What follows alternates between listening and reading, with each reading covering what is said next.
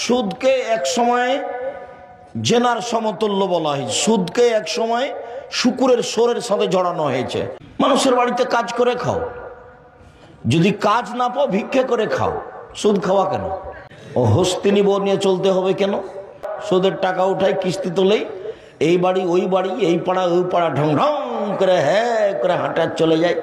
একটু পুরুষের মতো থাকবেন, জীবনটা অল্প দিন বাঁচতে এসেছেন।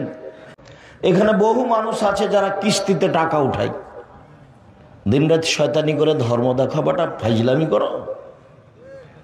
কিস্তি উঠাও কেন? ও তো জেনা যেমন পাপ, সুদও তেমন পাপ। শরম হয় না কেন তোমার? মানুষের বাড়িতে কাজ করে খাওয়া,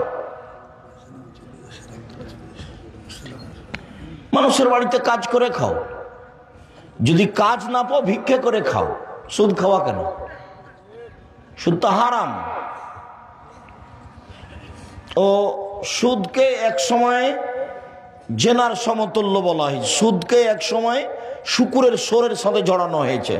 সুদকে এক সময় আপনার ওই জুয়ার সাথে জড়ানো হয়েছে। যেসব পাপের কারণে পরকাল সরাসরি হারিয়ে যাবে, ধ্বংস, তার একটা সুদ। তো কিস্তিতে টাকা উঠাবেন কেন? আপনার বউ টাকা উঠায় কেন? বউ কথা শোনে না, কথা না শুনলে তালাক দিয়ে দেন।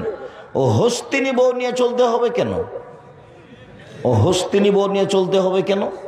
যার ঢং নাই, বেঢঙ্গা, সুদের টাকা উঠায় কিস্তি তোলেই এই বাড়ি ওই বাড়ি, এই পাড়া ওই পাড়া, ঢং ঢং করে হ্যাঁ করে হাঁটা চলে যায়। কেন আপনাকে খারাপ লাগে না?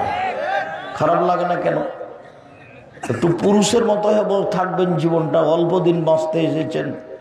এসব নোংরা জঘন্য খারাপ চালচলন চরিত্র নিয়ে বাঁচতে চান কেন? যদিও এখানে দুটা রহস্য আছে। একটা রহস্য হচ্ছে যে